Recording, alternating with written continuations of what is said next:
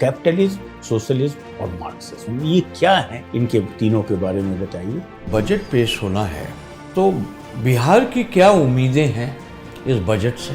बिहार में एजुकेशन का जो लेवल है इसको कैसे बढ़ाया जा सकता है? काफ़ी इम्प्रूव हुआ पहले से, इसको और कैसे बढ़ाया जा सकता है?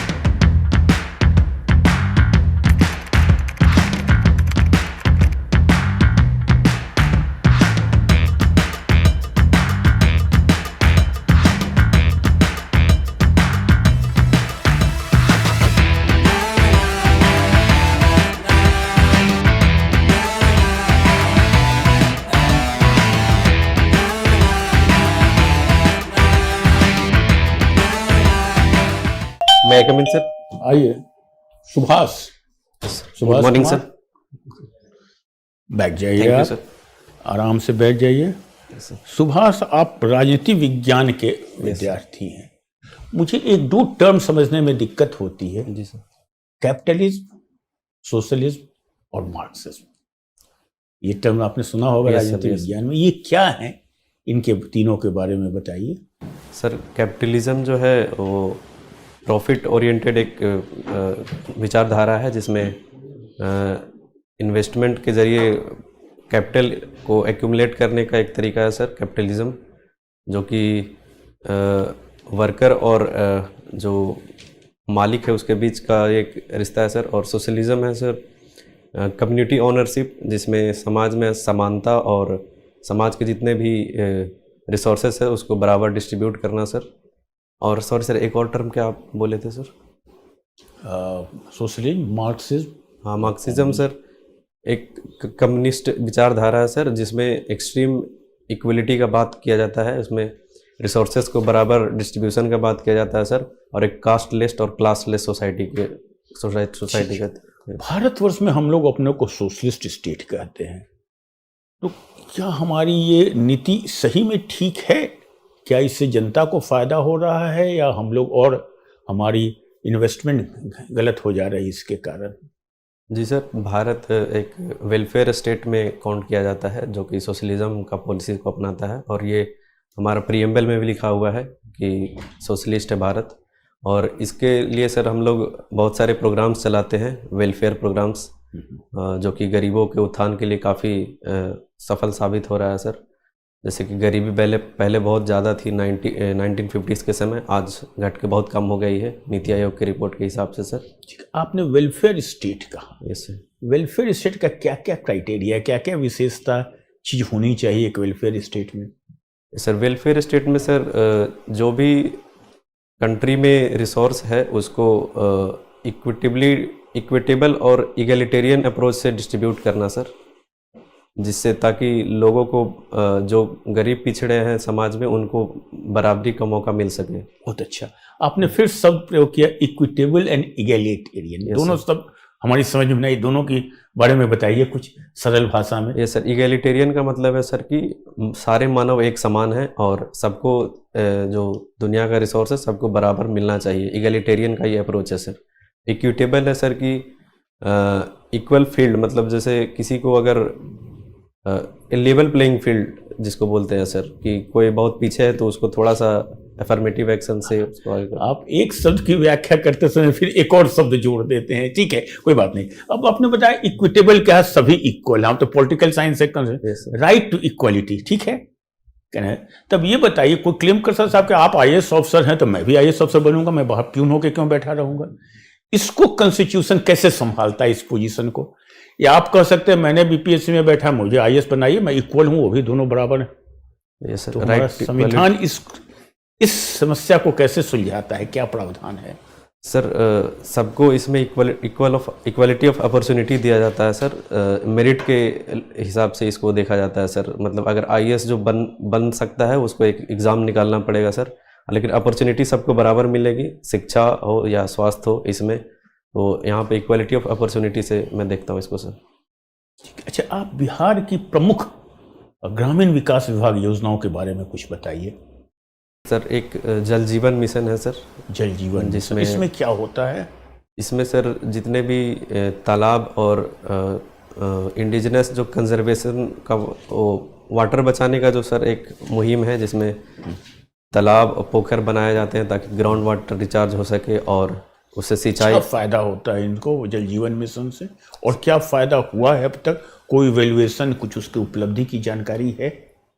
सर इसमें काफ़ी एफोरेस्टेशन हुआ है, बहुत सारे पेड़ लगाए गए हैं और जो सिंचाई के लिए केवल हाँ सिंचाई, ठीक है, सिंचाई के लिए आपने शब्द का पानी का वहाँ से यूज ठीक होता है है, उसका। धन्यवाद धन्यवाद। Subhash ji, yes sir. Cricket में आपको दिलचस्पी है। Yes sir. आजकल ऐसा देखा जा रहा है कि क्रिकेट में राजनीतिकरण बहुत हो रहा है, पॉलिटिक्स। Yes sir. क्या ये मानना सही होगा?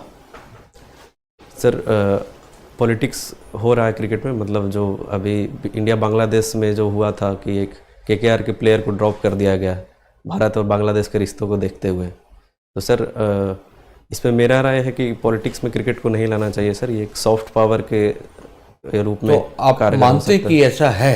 ये सर हो रहा है ये सर। क्या कारण है? सर इसका मुख्य कारण तो बांग्लादेश में जो नहीं, किसी एक इंसिडेंट का नहीं, ओवरऑल जो हम देखते हैं राजनीतिकरण क्रिकेट में। सर इसका मुख्य कारण मैं इसमें सॉरी सर, इस पे अभी राय नहीं बन रही मेरी। अच्छा, ये बताइए कि अभी बजट पेश होना है, तो बिहार की क्या उम्मीदें हैं इस बजट से? सर इस बजट से बिहार को डेवलपमेंट के लिए फंड चाहिए, वो उसका ये आशा कर रही है बिहार सर। और कुछ बिहार जो है अपने आप को पूर्व भारत का एक केंद्र मानना चाह रही है सर, ताकि डेवलपमेंट में ये एक हब बन सके। जैसे किस किस एरिया में भारत सरकार से मदद चाहिए और क्या चाहिए, कुछ स्पेसिफिक बताइए। सर जैसे बिहार के जो रेवेन्यू का सोर्स है बहुत सीमित है सर, हम लोग केंद्र सरकार पे ज़्यादा डिपेंड करते हैं। हाँ, तो उसके लिए क्या हम उनसे मांगे? सर उनसे तो जो फाइनेंस कमीशन में डिस्ट्रीब्यूशन होता है सर टैक्स का, तो उसमें हम ग्रांट इन एड मांग सकते हैं। तो वो तो हो गया फाइनेंस कमीशन का। अभी बजट का आने वाला है, अब सब कुछ हाथ में है, सीतारमन जी के हाथ में। Yes sir. उनसे क्या उम्मीद कर सकते हैं? सर उनसे यही उम्मीद कर सकते हैं कि बिहार में जो अभी नई सरकार बनी है और उन्होंने काफ़ी वादे किए हैं, तो उन पे वो अमल करें। उन्होंने क्या क्या वादे किए? सर उनमें सारा एक करोड़ रोजगार का है सर, और वर्ल्ड क्लास इंफ्रास्ट्रक्चर बनाने की बात की गई है सर, और स्कूल्स को शिक्षा और स्वास्थ्य का दुरुस्त करने की बात की गई है सर। तो इस फील्ड में मुझे लगता है कि फंड्स की ज़रूरत है बिहार को। अच्छा, ये बताइए कि हमारा तो जो सिस्टम है डेमोक्रेसी का, यस सर, वो पार्लियामेंट्री सिस्टम है। Yes sir. मगर मुझे ऐसा लगता है कि हम लोग धीरे धीरे प्रेसिडेंशियल सिस्टम की तरफ जा रहे हैं। एक व्यक्ति के नाम पर, चाहे वो संसद का इलेक्शन हो, स्टेट का हो, पंचायत का हो, या मुंबई में अभी जो म्यूनसिपैलिटी का इलेक्शन चल रहा है, yes, सब एक व्यक्ति के नाम पर, जैसे प्रेसिडेंट का होता है प्रेसिडेंशियल सिस्टम में। तो क्या हम उस ओर चल पड़े हैं प्रेसिडेंशियल सिस्टम की तरफ? नहीं सर, हम लोग तो अभी भी पार्लियामेंट्री डेमोक्रेसी है। नहीं, कहने के लिए है, मगर हमारा फंक्शनिंग तो प्रेसिडेंशियल सिस्टम हो गया है। जैसे आप अपने लोकल इलाके का एमपी का नाम नहीं जानते, एमएलए का नाम नहीं जानते, मगर अब सब लोग प्रधानमंत्री का नाम जानते हैं। Yes sir. तो क्या प्रैक्टिस में हम लोग प्रेसिडेंशियल सिस्टम की तरफ जा रहे हैं? सर मैं इस पे तो नहीं सोच रहा हूँ ऐसा सर, क्योंकि हम लोग एक मानते हैं कि एक हाई कमांड कल्चर चलता है पार्टीज़ में, और पर्सनैलिटी फैक्टर एक बहुत बड़ा रोल प्ले करता है भारत की राजनीति में सर।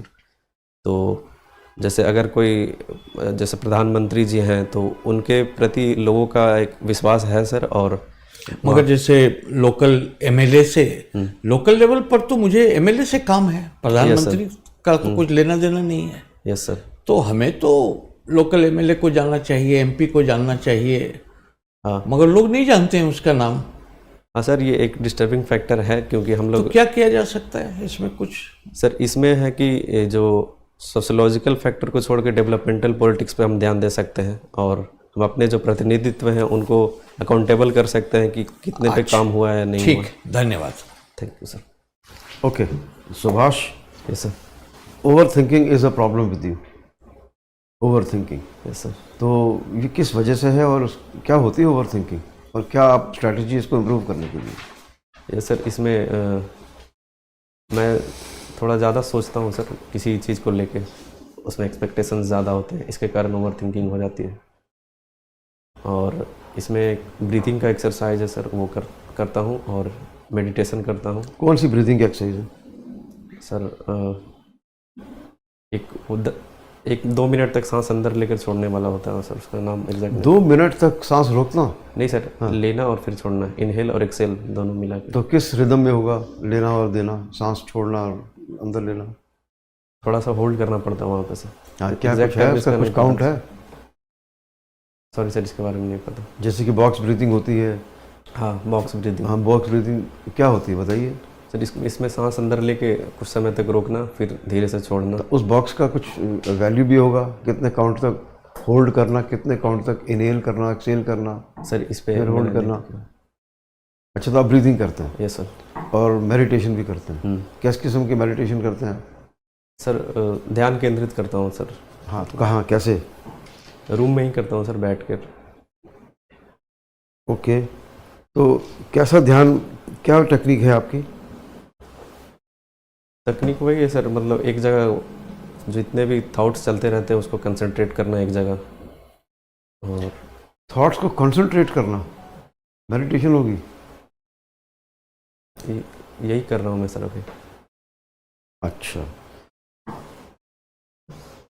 आप थोड़ा सा इसमें, क्योंकि ये प्रॉब्लम आपको तंग करती रहेगी अगर आप इसको इसका इलाज नहीं करेंगे, स्ट्रैटेजिक कह रहा हूँ, स्ट्रैटेजी नहीं ढूंढेंगे कि कैसे इसको हमने ठीक करना है, तो परेशान रहेंगे। स्पेशली जब आप ऑफिसर बन जाएंगे, यस सर, बहुत सारी चीज़ें आएंगी आपके जीवन में, तो आप इसको इलाज ढूंढिए। इलाज कैसे होगा? आप थॉट को आइडेंटिफाई करिए। ठीक है सर। जब भी आप ओवर थिंकिंग करते हैं तो आप थॉट को आइडेंटिफाई करिए कि मैं किसके बारे में सोच रहा हूँ। अनकॉन्शियसली थॉट चलते रहते हैं और ये नहीं मालूम कि हम सोच क्या रहे हैं, लेकिन परेशान रहते हैं। तो आइडेंटिफाई किया, उसको फिर ब्रेक करना है। ठीक है सर। ब्रेक करेंगे बॉक्स ब्रीथिंग से। बॉक्स ब्रीथिंग क्या होगी? Count of 4 inhale, 4 hold, 4 exhale, 4 hold. Okay sir. Count of 4। 1 minute में आपके कितने साइकिल होंगे?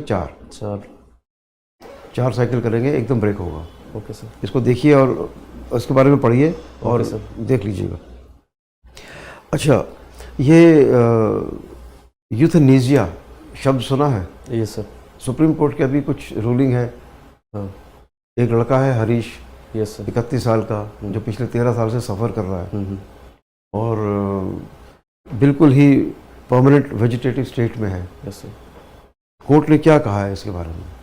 पैसिव यूथनेसिया के लिए कोर्ट ने एक team of board of doctors बनाए हैं जिनका कंसेंट लिया गया फैमिली से, क्योंकि ये परमानेंट वेजिटेटिव स्टेट में है और डॉक्टर्स का कहना है कि अब ये इनका ठीक होना पाना नामुमकिन है। तो इनका जो लाइफ सपोर्ट सिस्टम है सर, उसको विड्रॉ करने की बात की गई है। तो सुप्रीम कोर्ट ने बोला कि फैमिली के कंसेंट के साथ ये किया जा सकता है सर। तो ये किस आर्टिकल में कवर हो रहा है? Right to life, article 21 sir. Article 21 sir. तो इसमें राइट टू लाइफ है, और इसमें और भी इंक्लूड क्या करता है राइट टू लाइफ में? Right to life with personal liberty है सर।